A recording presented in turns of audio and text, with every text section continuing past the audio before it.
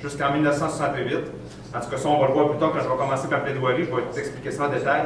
Mais il n'y a pas de législature ici, dont le Code criminel, il explique très bien qu'il ne s'applique pas à l'État du Québec, seulement à la province de Québec. L'article 6.3b, Jean-François. As-tu d'autres choses à dire? Non, ça va, c'est simplement cette partie-là qui nous intéresse. La partie A, c'est pour le gouvernement fédéral, B, c'est pour l'application des règlements provinciaux à travers la fédération. C'est ça, exactement. Pas de province, puis il n'y a pas de législature non plus. Voilà.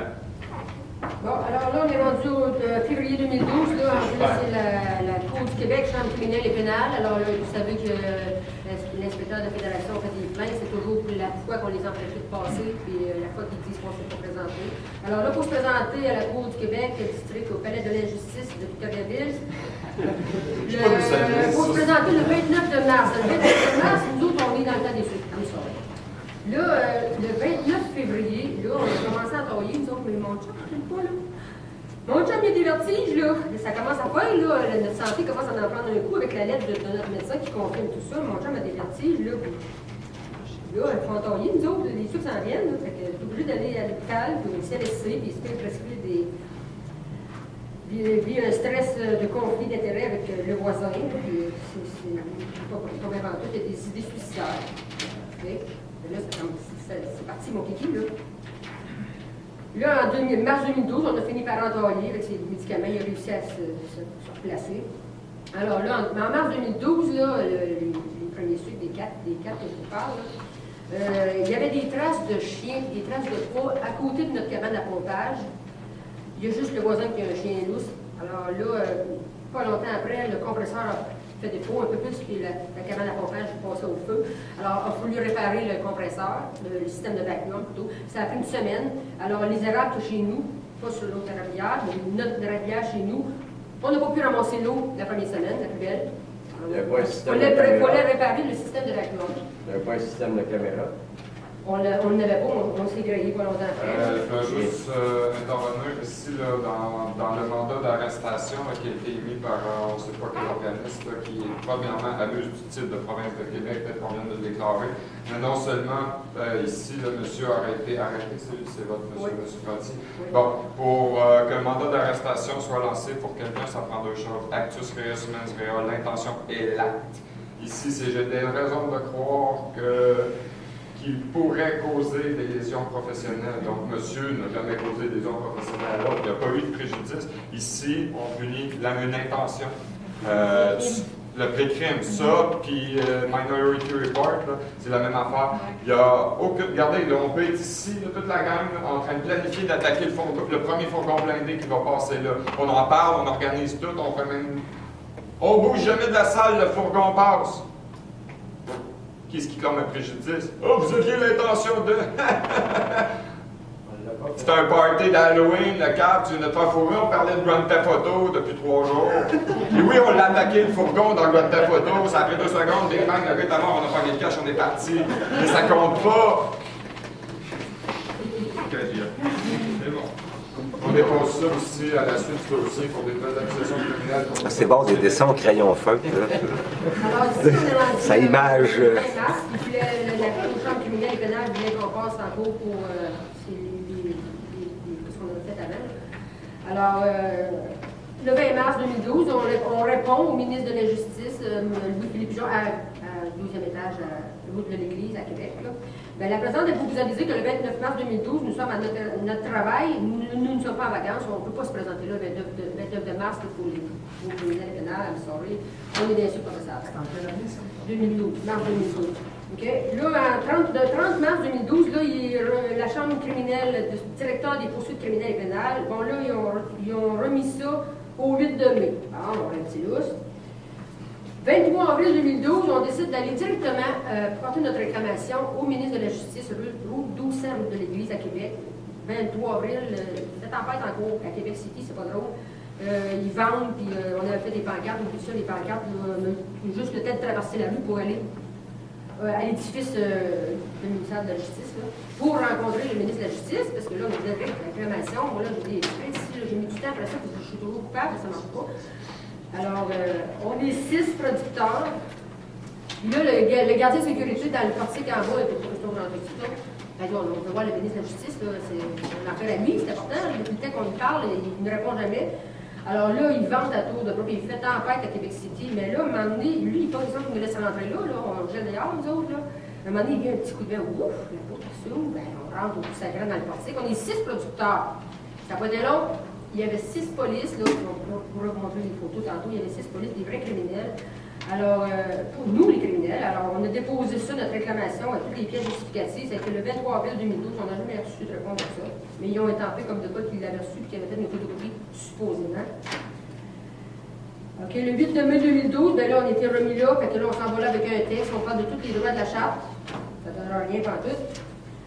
Là, mai 2012, alors là, il faut se débattre contre le voisin qui nous empêche de passer. On lui dit, on se prépare pour amener ça en cours, pour faire une demande d'injonction permanente pour qu'il cesse de nous empêcher d'aller à notre cabane à sucre, qu'il cesse de nous empêcher de passer. Alors lui, le voisin, il prépare ses papiers pour passer en cours, il prépare ses papiers pour ses procédures avec son avocat. Il y a son aide-mémoire. Moi, j'ai mis la main là-dessus, je ne sais pas comment ça se fait que ça m'a tombé dans les mains. Le voisin, il a son aide-mémoire pour le tribunal, là, ce qui va passer en cours dans le dossier de la servitude.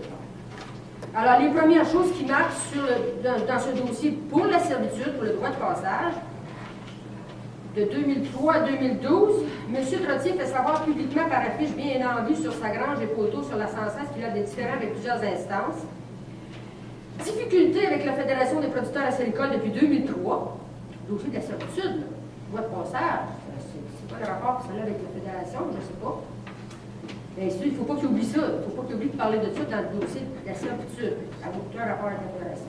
2009, ordonnance de la Régie des marchés entérinée par la Cour supérieure. Le chemin sur lequel s'exerce la servitude donne un accès direct à l'érablière de M. Trottier.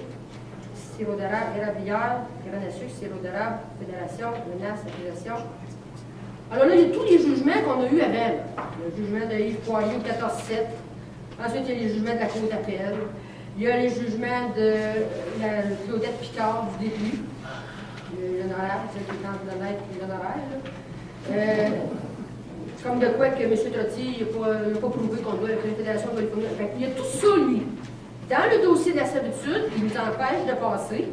Il ne respecte pas les droits de fonds servants. Mais son aide-mémoire dans sa cause de la servitude, c'est les fédérations. Pour montrer qu'on est des contrevenants, nous autres. On conteste ça, nous autres, les fédérations, ça n'a aucun rapport avec ça, mais vous savez que tu fais des menaces, tu ne peux pas les dire que la fédération t'en a pour 20 ans. Alors, je suis là. Si je comprends bien, ce gars-là, parce que c'est mon opinion en personnelle, ce gars-là, il est complice avec la fédération pour mettre en parle. Je ne peux pas l'accuser, mais non, mais ça sent pas bon. Ça sent pas bon. Comme je peux voir là, on dirait qu'il y a quelqu'un qui fait là, parce que ça fait pour essayer de... Bien, on est déjà dans le trouble avec la fédération, puis ils viennent nous dire en plus, si tu ne veux pas régler, tu nous as pour 20 ans, ça fait déjà 20 ans. Est-ce que c'est le rapport? Vous savez que dans votre dossier, Mme Prince, là, les accusations, il faut que ce soit un étranger qui les porte. Et dans le cas du grand jury, c'est moi qui vais porter les accusations. C'est moi qui vais supporter ça. Vous ne pouvez plus là, déposer une requête ou quoi que ce soit. D'après ce que je peux voir, là, c'est un nom catégorique partout. Quand on regarde les infractions que ces gens-là commettent, c'est à moi de prendre votre dossier, vous êtes en train de me l'expliquer, j'ai les documents en question, et c'est à moi de porter des accusations pour vous, dans votre intérêt à vous. Vous comprenez? Et ça, là, automatiquement, c'est certain que le gouvernement est obligé de réagir, et où je suis rendu présentement, je peux payer tout le monde. La seule chose qu'il y a, c'est que sur le plan criminel, comme l'a dit Jean-François, c'est certain que ces gens-là, on peut les mettre en dedans. Au nom du grand jury. Au nom du grand jury, on peut aller jusque-là. Ça sera pas au nom de Jacques-Antoine Normand. Non, ça sera au nom du grand jury. Mais je peux porter au nom du grand jury, mais personnellement, sous ma responsabilité personnelle comme président du grand jury, des accusations en question contre ces gens-là. C'est certain. Là, je vous signale que la preuve est accablante. Madame peut témoigner, elle a des gens à côté d'elle, des preuves matérielles incroyables qui proviennent toutes de la partie adverse. Il n'en reste pas beaucoup, je vais vous demander votre patience, madame va terminer. On va essayer d'interrompre le moins possible, y compris moi, à partir de maintenant. On a fait de toute façon une liste interminable d'accusations criminelles à enquêter. Donc, on va la laisser terminer rapidement. Après ça, on va faire une pause. On va passer immédiatement dans François Dubois. Le dîner va être très court. Ceux qui veulent commander des choses, pizza, ces affaires-là, il y a tout ça dans le coin. Au lieu d'aller quelque part, ben pensez-y, sinon les restaurants sont juste au bord de la rue. Fait qu'il faut une demi-heure, je pense qu'on va en avoir assez pour dîner. Puis on va accélérer la procédure. François, juste une petite. L'arpentage est-tu bien venu? Non, il n'y a pas personne qui venait arpenter à cause du litige, là. Il n'y a pas personne qui veut venir arpenter à cause du litige parce que lui, il dit que c'est là, puis nous, on dit que c'est là, puis... Il n'y a pas personne qui veut toucher à ça. À cause du litige, il y a Il y a même des arpenteurs On ne va jamais vendre. mais c'est de Vous savez que là, c'est justement, oui. dans votre situation à vous, là, ça c'est extraordinaire pour ce qui est du droit de propriété. Ben oui. Mais le chemin, La propriété foncière et la propriété superficielle ne nous appartient la pas. barrière est là. Ça appartient à l'État. Donc, c'est certain qu'il y a beaucoup de choses là, qui peuvent jouer à votre avantage là-dedans. C'est un peu comme quand on va entendre justement Paul ici, là. Paul, écoute, il a fait une démonstration, lui, là, sa propriété, là. Il y a quelqu'un qui est en train de lui donner sa propriété. On va en parler, vous allez On en parlera tantôt, d'une façon ou d'une autre, c'est son dossier. Vous ne pouvez pas faire une vente de votre érablière si c'est pas arpenté. Oui, mais si mettons on décide de vendre l'érablière, la personne qui va acheter l'érablière, il faut qu'elle porte un chèque de vente, l'érablière, elle pose chez nous. Alors, il faut que ça soit arpenté. Oui, oui. Peut-être que le monsieur Sapine va se retrouver dans la maison. Il était établi, c'est bien marqué sur les contrats, il était établi 30 pieds pour le chemin. OK, on va continuer, mais demander... Alors là, au mois de... Ça, c'est au mois de... les sucres. Alors là, mon conjoint, il a demandé sur le dos de garder la paix, de ne pas aller près du voisin.